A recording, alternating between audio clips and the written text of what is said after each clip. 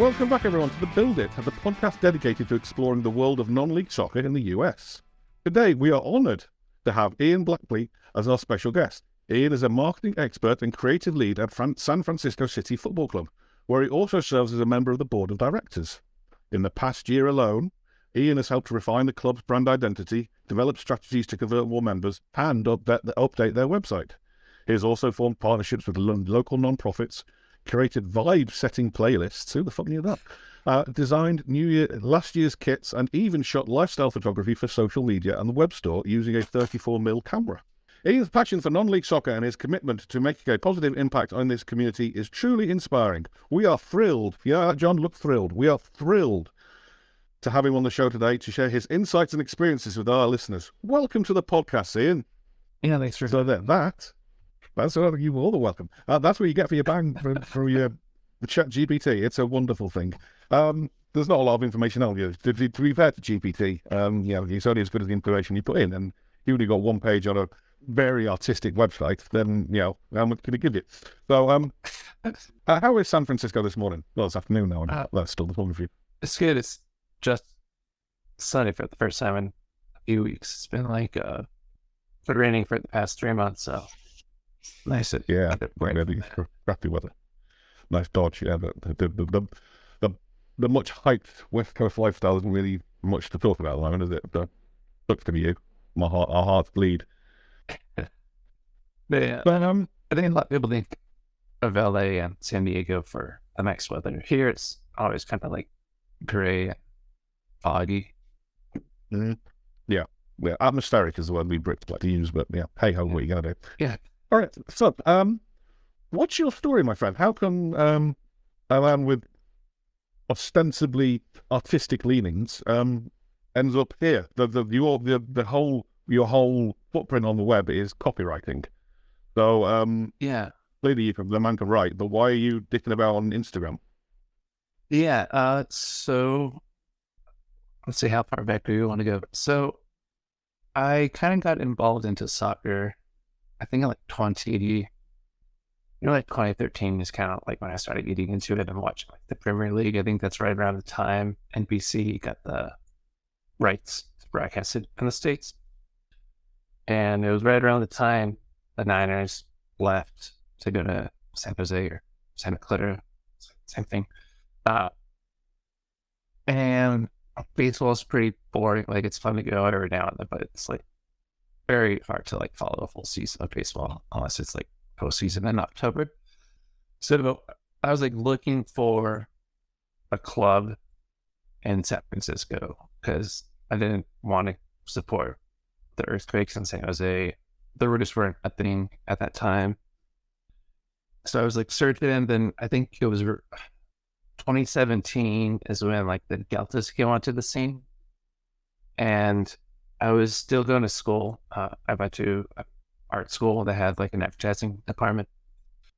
So I was around like all these other creatives, and everyone's producing like great looking stuff and focus on like branding and all that. And the Deltas didn't really have that for me. Like, they just had like a really bad generic kind of logo. The name didn't make any sense for like the location I was representing. So I kind of like didn't care about the team, and I guess it wasn't alone. But I would like walk into BART, which is our like metro subway train system here. And as I was going into the station, someone was leaving the station that had like a track jacket, and it had a badge on the side that looked pretty cool. I could instantly tell it was like related to San Francisco because it was like Transamerica Pyramid. They had the Sutra Tower, they had a bridge. So I like on the train, I like Google search like soccer, SF soccer team, Transamerica Pyramid, Sutra Tower. Then an article popped up and talked about San Francisco City Football Club.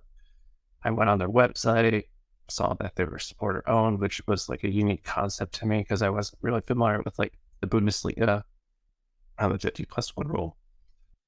So I was like digging on their website, and I also saw their merch, and it was unlike anything I'd ever really seen as far as like non-professional soccer goes for merch. And it had this cool design. So I like reached out immediately It's like, hey, I'm going to school for advertising. If you guys need any help, let me know. Uh, but I ended up getting like a meeting with the president, Jacques, and the graphic designer, Vince. Then we were chatting and just kind of seeing what could be done. But I think it was like in the off season and things kind of like didn't materialize. But the following year, 2018, this were no longer a thing. And at school, we had an advertising agency that was like ran by students that worked on local nonprofits. So I pitched the idea to the teachers to bring on SF City as a client. And we had like 7 web designers in the class. So they weren't really familiar with like advertising. So we thought it was a good project to kind of help boost SF City's website with them. So we kind of did all that, redesigned the website, but it was all kind of like wireframes and like concepts, which would require like tons of money to actually get implemented. So the club took a few of the ideas that we had, implemented them a little bit. So they went from like a WordPress to like a Squarespace, so it would be easier to like update. Then yeah, the following year, I think someone else kind of took over and they made like these short little videos highlighting the supporters of the club as just like more content. 2020 is when I was tapped to kind of take over like marketing on the operations side. Because the former marketing guy, I think he just wanted to like focus on other things. So I was like, sure, I don't know exactly what I want to do. Like I suffer like imposter syndrome. So I was like, I'll do it, but I don't know if it's going to be good. So I had like ideas like right away and I'm like redoing some stuff, like incorporating more of the city because, you know, it's in our name. We have architecture in badge. And yeah, then COVID happened. So everything was scrapped for the season. And the club's kind of dormant at that time because we didn't play. Looking back, that's probably when we should have done like a lot more merch just to generate some kind of revenue. And then I wasn't doing anything on the social there. I think I was just kind of like guiding things and be like, oh, what if we did this? Then it wasn't until 2022. This is so long. 2022, the last year in like the spring, I think is when I kind of like took the reins of what's on our social media. Just because I was like looking back and we had like interns and whatnot do some of what we were posting, and not to like shit on their hard work and commitment to the club, but it was just like clip art. I think we had like a Mother's Day post that just had like cursive said Happy Mother's Day with like a clip art bouquet of flowers on like a white background, and it was like poorly cropped on like Instagram, like on the grid. So you just saw like Mother's Day or something. So as let's elevate our plug a little bit, because just because my whole thing is like just because we're like semi-pro amateur kind of club doesn't mean we can't look professional. So I kind of took everything I learned in some like Photoshop and Illustrator classes and just kind of utilize that onto our social media. And I also just looked at San Francisco like cultural history. So last year we did our next match post that looked like I work on the podcast, but these like transfer tickets. So if you used to take the bus like before, I think 2013 is when we stopped doing these, you would get a transfer and then the driver would rip it and you had until that time to use it. So we just made a next match post like look like that. Then like we play in the SFSFL still, which is like the oldest soccer league in the country, or one of the oldest. So I looked like way back at like old mini ticket stubs, and it made those match day posts look like that. So there was like some difference, so people weren't confused between the two teams that we field. Then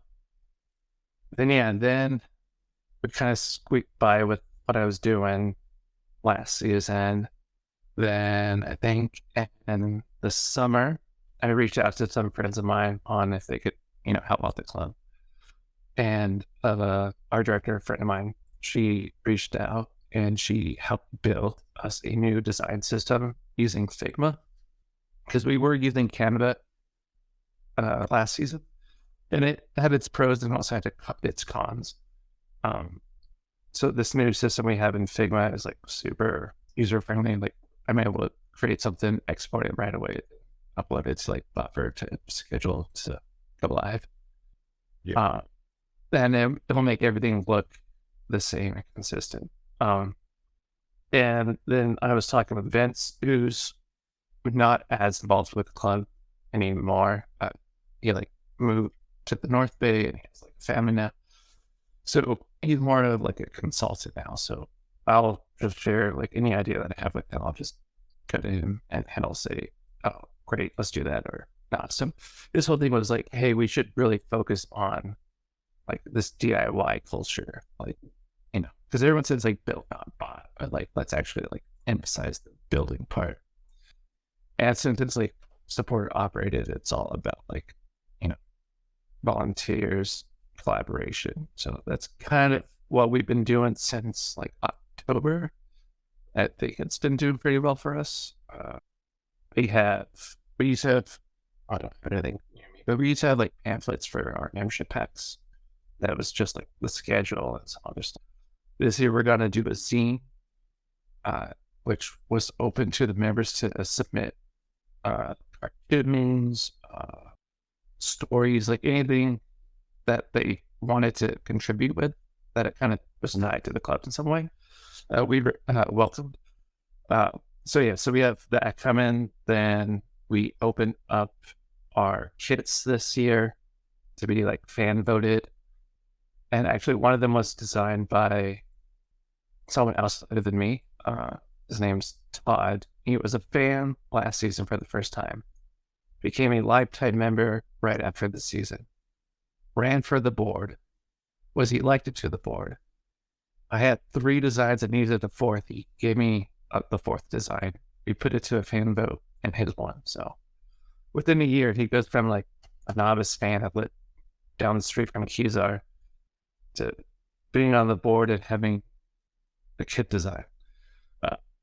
So it just shows like what you could do like at the club, because we welcome any and all. So that's the way, right? It's like we've spoken to a lot of people involved in clubs while in the process of doing this. There's kind of 2 distinct routes or routes, if you're American, as to how to get the ball out on the pitch. There's the fan-led, not necessarily fan-owned, but fan-driven, fan-monitored, fan whatever, that you and our clubs are involved with. And then there's the I feel like there's the player-driven model, which is, I'm 23, I've left college, and I still want to kick a ball around with my buddies. And neither are right or wrong, but it's from that monologue of yours, it seems fairly evident that there's an awful lot of people that don't wear a match jersey for the match, if you know what I mean. There are players that are involved in sort of making San Francisco happen. Would that be fair? It's a little tough. So I think we're right now trying to do like cater to both the fan and the player. Like also like in our conference, we're the only club that doesn't have either a pro affiliate or an academy. So like those clubs are able to like sell like potential players on that idea. Like if they're young enough that one day they could go to the first team, or, be like Project 510 or Monterey Bay 2, that there's potential for them to join the Brutes or Monterey Bay. But I think like right now what we're doing, like we have these like custom jerseys that I think the players do like. Last year, we used an Italian company and they fit very, Italian. And I think there was some like constrictions with that. This year we went with a different supplier, so hopefully they're more comfortable for the players. This year we're also doing jackets and pants for the players, like warm-up gear. Just something else to make their experience here a little bit better. And I think our fans also help with the player side of things, just because we have a pretty strong, loyal fan base that does travel. And I think this year they're going to travel a lot more, considering that we don't have to go to LA anymore. And that on the road support and at the home support, I think that goes a long way with these players, because I went to a few away matches last year and I don't throw any shade, but like, some of them, I mean, for the most part, I think they're just parents of the players. I don't think there's like a, hardcore fan base, but they're not singing songs. They're just saying like, "Go Charlie," or, they're just like clapping along. The picnic chair brigade. Yeah. Yeah. I remember we were at Davis Legacy. There was like maybe 5 of us that traveled just because we were all the like communications team. So we had to be there for like the play-by-plays, the social updates. But we were like singing our songs and stuff. Song in the back, like, "Can you morons shut up?" So I think our fans help with the idea of like supporting the players and being excited. But we also like, I don't know, to answer your question, I think we try to like balance both those. I think we do a pretty good job. At least this year, I think we're going to do a pretty good job at both. What's then, do you have like, I hate the phrase KPIs, but do you have ways of measuring what a successful season is for you outside of silverware then? Yeah, I think a fan ownership makes it better in a way when you have a kind of forgettable season, or like a season that doesn't go according to plan. I mean, also last year, I think it might have been our worst positioning at the end of the season, but I was involved in these conversations, so I don't know exactly what happened. But what I understand is our division didn't know it was going to play until kind of last minute last year, because 2021, we were one of the only divisions that didn't, or conferences that didn't play in USL 2. So 2022 was kind of a question mark also. Then in April, we got our coach. Like a couple days after we got our coach, who is a former player of ours, we held tryouts, got a team. They trained maybe for like 3 weeks together before the season actually started. So it was all kind of cobbled together. But I think like supporter ownership kind of makes even failure better, just because it's, it's yours. Like there's that like pride that kind of goes into it. Obviously we do want to win playoffs and all that, but I think it's better to lose and own something than lose and not be able to, be involved, if that makes any sense. Right, perfect sense. So it's about sustainability, right? It's like, we always talk about making decisions to ensure that we're playing this time next year, not this time next month. And I think that's a struggle for like lower league clubs. I think that's why. I mean, I'm not a soccer expert, so I could be talking about my history, but I think clubs like going back to the Deltas or big cities or a few other NISA teams, I think they like went guns a-blazing in a professional league, which costs a tremendous amount of money, but they weren't able to build a fan base to make them sustainable. So I think like us being in Division 4 or Tier 4, whatever you would want to call it, has its benefits on where we're able to like focus on growth. Then when the time comes, once we have like a certain number of like memberships and all that, then we can make that next jump. But so like right now, it's all about just growing within our city and becoming sustainable where when we do make that jump, it's not like a one and done season like what's happened to so many clubs recently. Yeah. Honestly, it's like you've been listening to tape recordings of John. This is exactly like almost word for word what he normally says. But John, let's hear your voice. Jump in, my friend. Hey, Don. Yeah, it's all good. I obviously have a big communications department. It sounds like, certainly compared to Nick, who does most of ours. But what is the? Give me. I know USL League 2. Give me a little bit of the organizational structure of the club, as far as the board and how many people are working behind the scenes on it, and what's that look like to you guys? Yeah, actually, communications department is just two people. It is Tyler Hinman, who's on the board. He's the one doing all the play-by-plays on Twitter. He also does a lot of email correspondence. All my writing tends to be on the humorous side of things.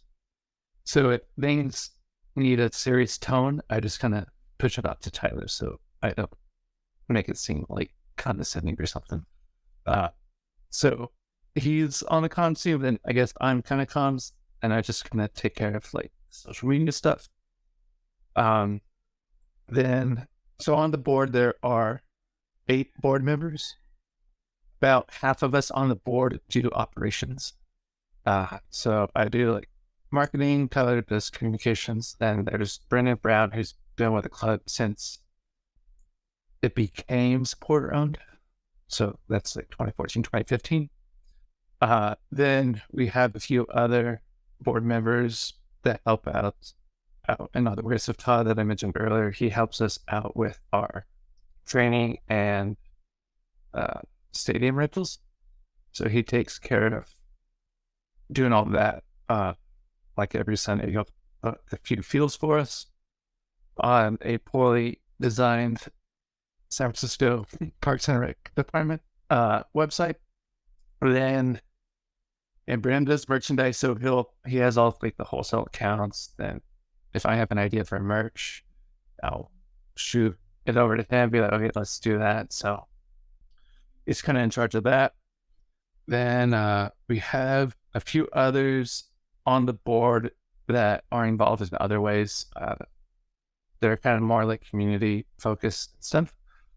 And that's pretty much it. So right now the club's kind of operated on like 8 people.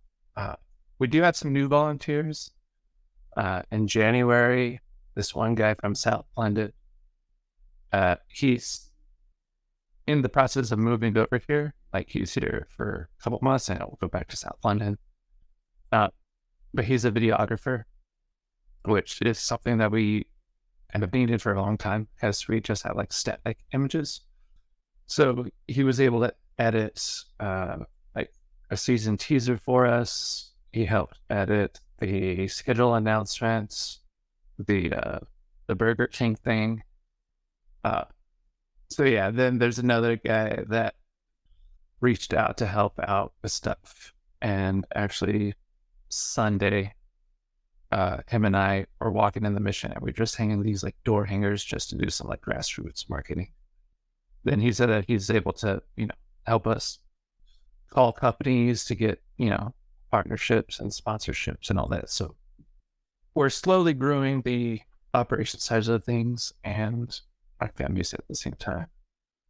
Well, eight people, or if you can add a few more, 10. I mean, I think Nick, you would agree, like that's 7 to 9 more than a lot of clubs have of people dealing with operations and marketing, and just being able to delegate their responsibility goes so far towards sustainability, because you don't, the one person wants to leave or moves or gets a new job, and all of a sudden you lose them, and then the club is gone because the one key cog isn't there anymore. You guys have and you've been around a few years, so you have some sustainability. You have track record of memberships and costs and budget, and like there's not wild surprises probably coming at you guys at this point, aside from pandemics and things like that. But suddenly you had a good group of people with experience with the club that really kind of in a good shape to move along.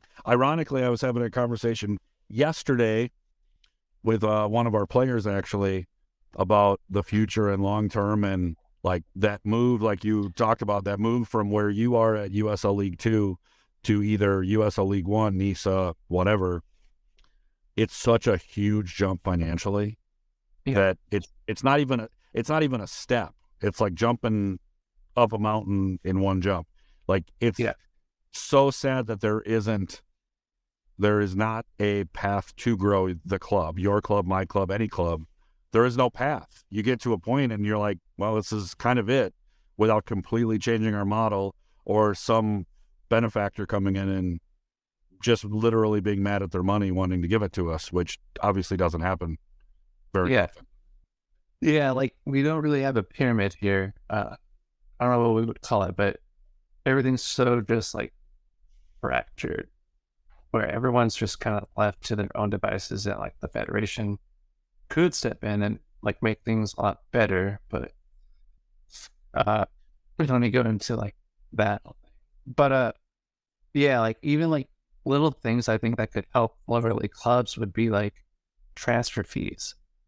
Like Ventura County, they had their player last year. Everything scored a brace when he was here against us. He got signed by Leicester, and as far as I know, like I don't have any access to this, but I don't think Ventura County got like any compensation.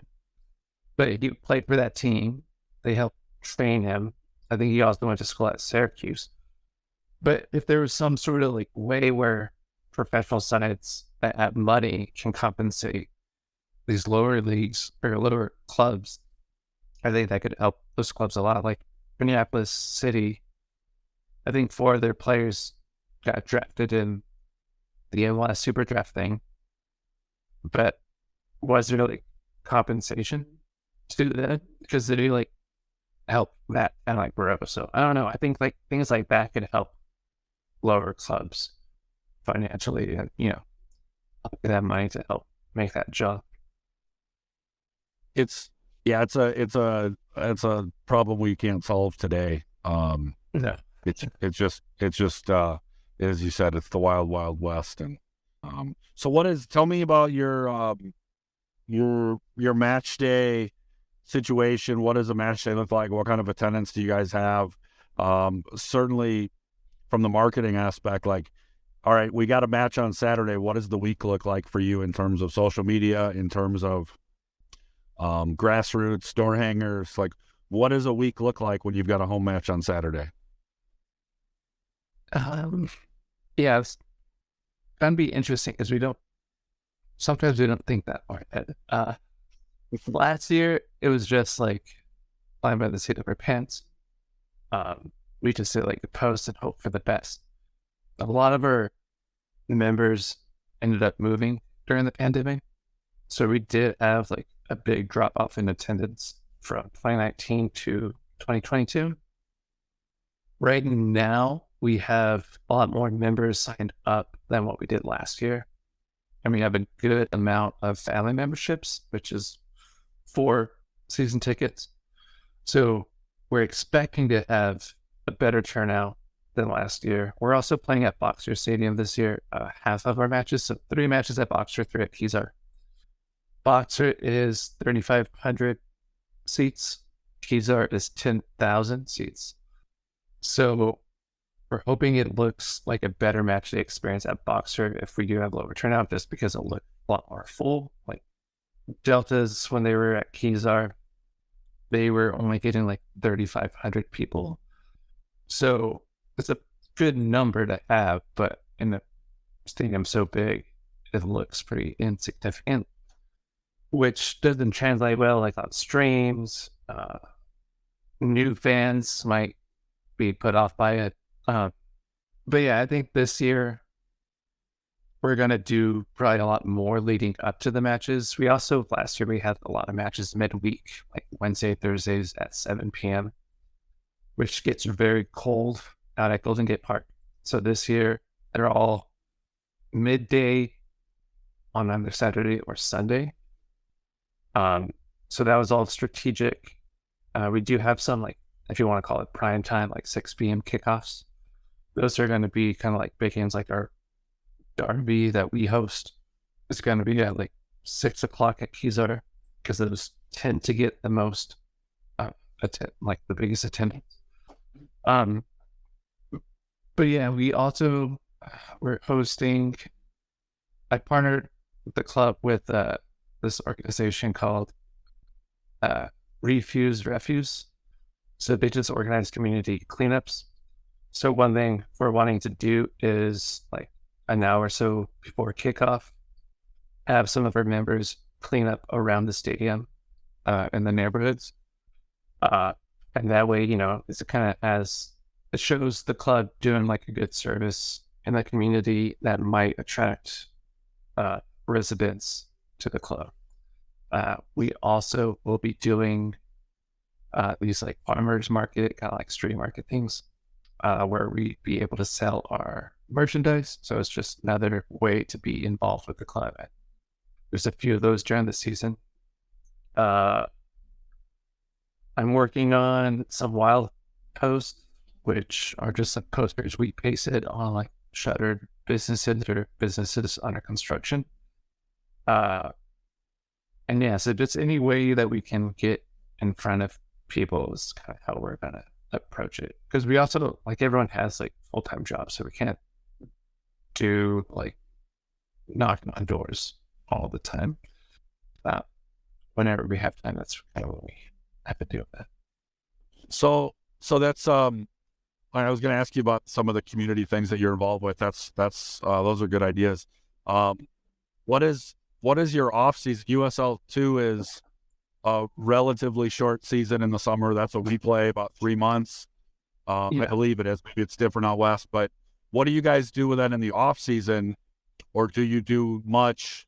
I haven't gone back and kind of followed the Twitter feed over the last 7 or 8 months, but what does your off season work look like, and how do you stay relevant and top of mind for people?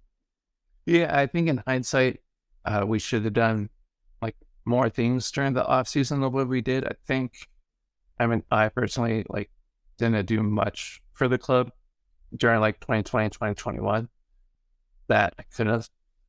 I think I was reading something from the Stuffgate, the guy from Stuffgate, saying how I had a conversation with Detroit City, saying that they're a clothing brand or t-shirt company like 70% of the year. And I think that's one thing that we should do more of in the off season is like more merch, and those like community like farmers market things. Those are happening in the off season, so we're going to do more of those. Just be kind of out there, top of mind. I think when it comes to our branding and our merchandise, it's going to sound kind of narcissistic, but I think it's like one of the best in like lower league. I often think it's better than some MLS clubs. So I think when people say, I don't want to interrupt you, Ian, but that's why we got you on, right? Because it is a unique voice. And best is subjective, but unique is pretty, not subjective. Yeah. Objective, that's the word. So yeah, the MLS is the whole different thing of the corporateness of it. But yes, I think you have a very special. You have the potential to be very, very special in your community if it's done right and done with commitment and done with gusto.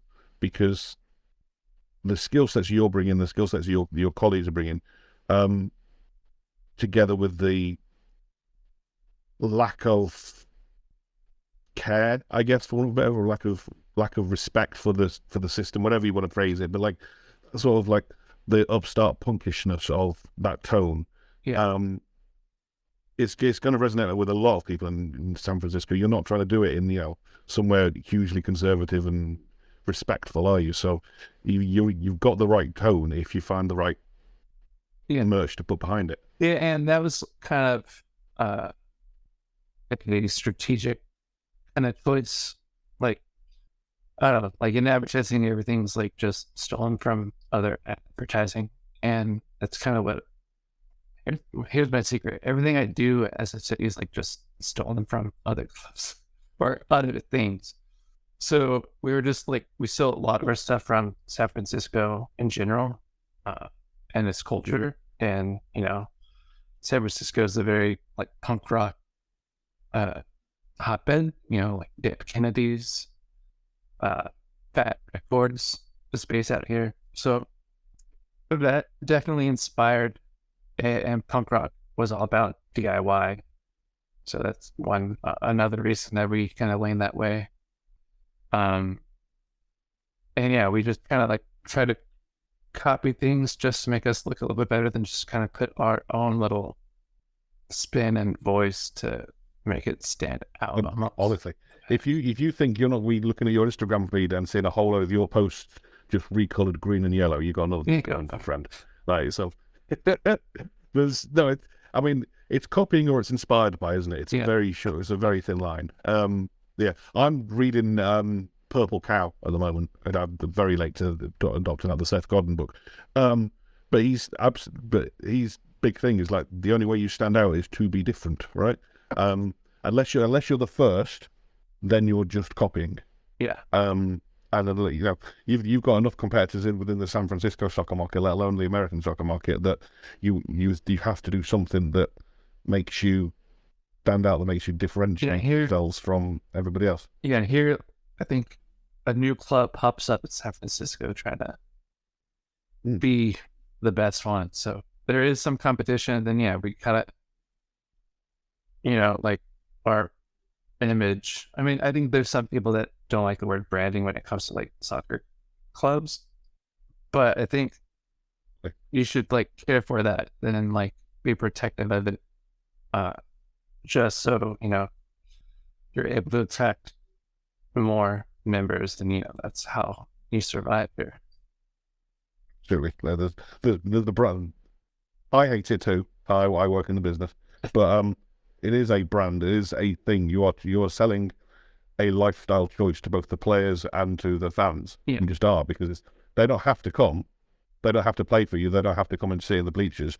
So why should they? That's on you to persuade them, right? So then it instantly becomes a brand, it becomes a thing that you have to market. Yeah. It just does. So, yeah. How has the community responded to you in terms of that branding? We said you were like trying to tap into that punky vibe, but from my experience of trying to market DeKalb, a lot of what we're trying to do, a lot of where our market, in inverted commas, is the family end of things. It's not the 20-something beer boys. It's it's the parents looking for someone to look after their kids for 2 hours on a summer's evening. That doesn't necessarily chime. I know if that's not true for you, then fine. But if it is true for you, how does that chime with the punky sort of, rule breaking side of things? Yeah, that. How can I answer this? I think in like advertising and marketing, like you shouldn't try to get everyone. You should kind of just do what's true to you. Then the right people will gravitate towards that. And there's like there's other clubs that might persuade other people. So I don't think we try to cater to I mean, obviously we like everyone to, be SS a decent word, but that's not possible. But we'll stick to this idea of doing it ourselves, providing an alternative to what soccer's kind of become, this like corporate money grab. And if someone resonates with that and they just like our look, just because everyone likes wearing merch, that's kind of our demo. Damn, I shouldn't go say. What was your question again?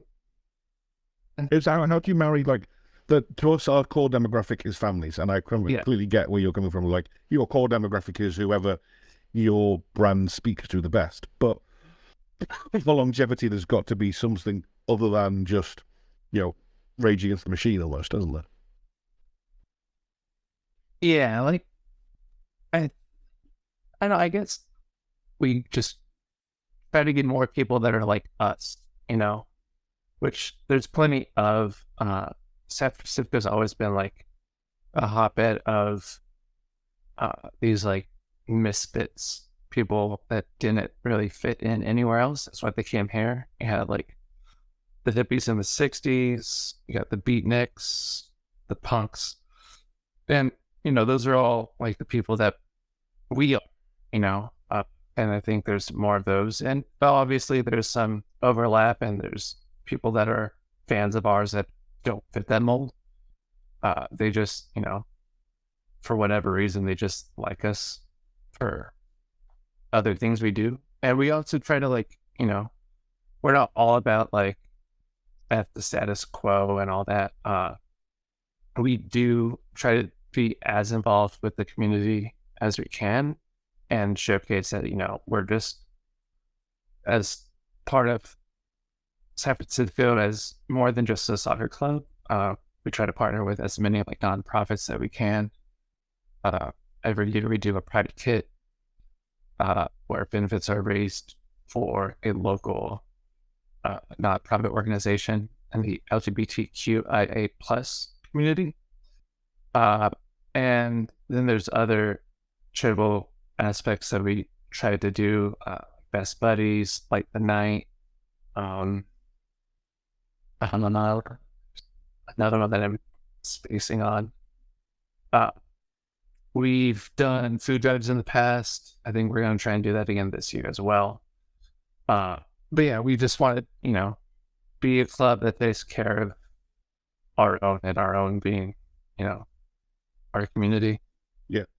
And I think, when I was a kid, I listened to like punk rock, alternative music. So there are kids and families that do like that sort of stuff. So they come on. And I saw like, we're taping this right after April Fool's Day, which we had no one knows that's listening to this. The idea came about of pretending if we were in. So when we were out in the these like street markets, people literally came up to us like, "Oh, do you have plans of running MLS?" All that, not knowing anything about like what it involves.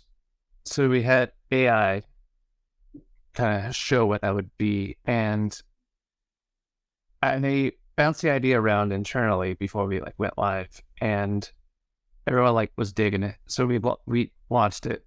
We did 12 posts, and it got some decent engagement all around.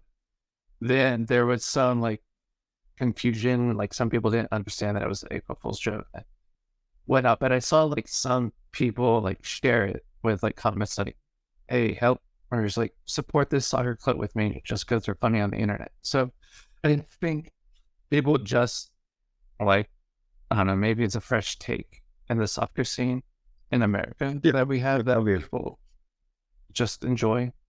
So I don't know, I guess the people, the demographic, this is a very long question to your answer, or answer to your question. I don't know, maybe just the different opportunity that we provide. Yeah. There's a reason you exist as founders and as members, right? And it's conveying that message to the people that don't know you exist as to what matters to you guys. I'd love to see you do more with Foggy. I've just discovered Foggy, and I'm a big fan of Foggy. Yeah, so actually, I should bring that up. Yeah, one thing that we're kind of trying to do is have like market our memberships in different ways. It's one thing that I learned when I used to work at Levi Strauss and Company. Like, you would speak about the 501 differently than what you would speak about like the Made and Crafted collection. So we're trying to do that where we speak about our ambassador membership as your second club, right? There's the local club that you support. Let us be your second club. Then the family membership is one that we want to use Foggy a lot more of, just because they're, the joyful cartoon Fog. Yeah, we have lots of plans for Foggy in the future. He's a nice, easy mascot to sort of roll out if you need to roll out, and they'll accidental weapon also that. All right, I'm conscious of the time, and I'm conscious that John's got to go in a moment. So, John, any last questions before we start wrapping this up? No, Nick loves this too. I love when we have soccer podcasts and we don't talk about soccer at all, because like it is so much more than just rolling a ball out and recruiting players, and that's all critical stuff. But it's amazing we can talk for an hour about marketing and community and engagement and hell, even AI. And by the way, I would love to get an AI intro from ChatGTP sometime, Nick, when you think about it. I'm working on it, Jenny. So you need to put more info out there, my friend. But yeah, it's happening. Okay. But no, I think it's great, Ian. I'll be honest with you, I'm going to follow a little closer what you guys are doing. And when you guys do make those graphics, just save Nick the time and just change the background. He'll send you the colors from our branding, and just send everything over to Nick, and we'll share it, and it'll look like we did it. Everybody will be great. So appreciate it. Jump on. Yeah, thanks for reaching out. I was like talking about SSD, and yeah, to your point, like I don't know anything about. I just happen to be a fan of it, and like everyone else involved in the club, I just kind of bring what I'm decent at to kind of help it grow into this thing of its own. Cause yeah, like Sure. A club like yours, a club like ours, it's only as good as the people that are working behind the scenes, right? You can't go out and recruit a marketing expert or a groundsman or whatever. If you've got a graphic designer, then you make use of the graphic design skills. If you haven't, you're a clip art club. It's fine. Yeah. It's just so yeah. Ian, thank you so much for your time. Like I said, San Francisco, if you're not already following them on the socials, you should. Now you know we've got a face. Well, you might have a face. You'll never have a voice to blame for when the whole thing burns down. I wish you well. I don't know when our paths will cross. Maybe one day we will strike each other up in the semi-finals of the US Open Cup or something. But we will certainly be keeping an eye open on what you're doing and how you're progressing. I love that there's models like yours up and down the pyramid, right? It's not the fact that you exist on a vaguely semi-pro level amongst more corporately orientated teams is a boon to this model. The fact that there are clubs playing at a rec level that could look at what you're doing and say, actually, we can do that too, is just fantastic, right? Yes, there is a natural glass ceiling, but there's only a glass ceiling there until someone goes through it. And before you guys were doing it, there weren't that many clubs doing what we're doing now. So, you long may it continue, and best luck for everything. Yeah, thanks a lot. Yeah, I'm glad. I mean, I was involved with it, but I'm glad that there's like more supporter-owned clubs popping up. And yeah, I don't know if we were one of the first or whatnot, but yeah, there's like a few clubs have like mentioned us as like their inspiration, which is pretty cool. And yeah, we started at like a rec league level. Well, I guess that SFL is a little bit better than rec league, but essentially it's kind of like a rec league, which has promotion relegation in it. And yeah, I think 1 year they're like, you know what, let's just kind of take this to the next step. And yeah, that's how, like, that's like phase 2. And now we're kind of in like phase 3, like gearing up towards the World Cup to see, if we could make that leap and get a massive following. Yeah, indeed. All right, my friend. Best luck with everything. And best luck with the dog's nails. Thanks, Ian. Yeah. And we'll catch up another time. Yeah. Take care. Thanks. Take care. Bye.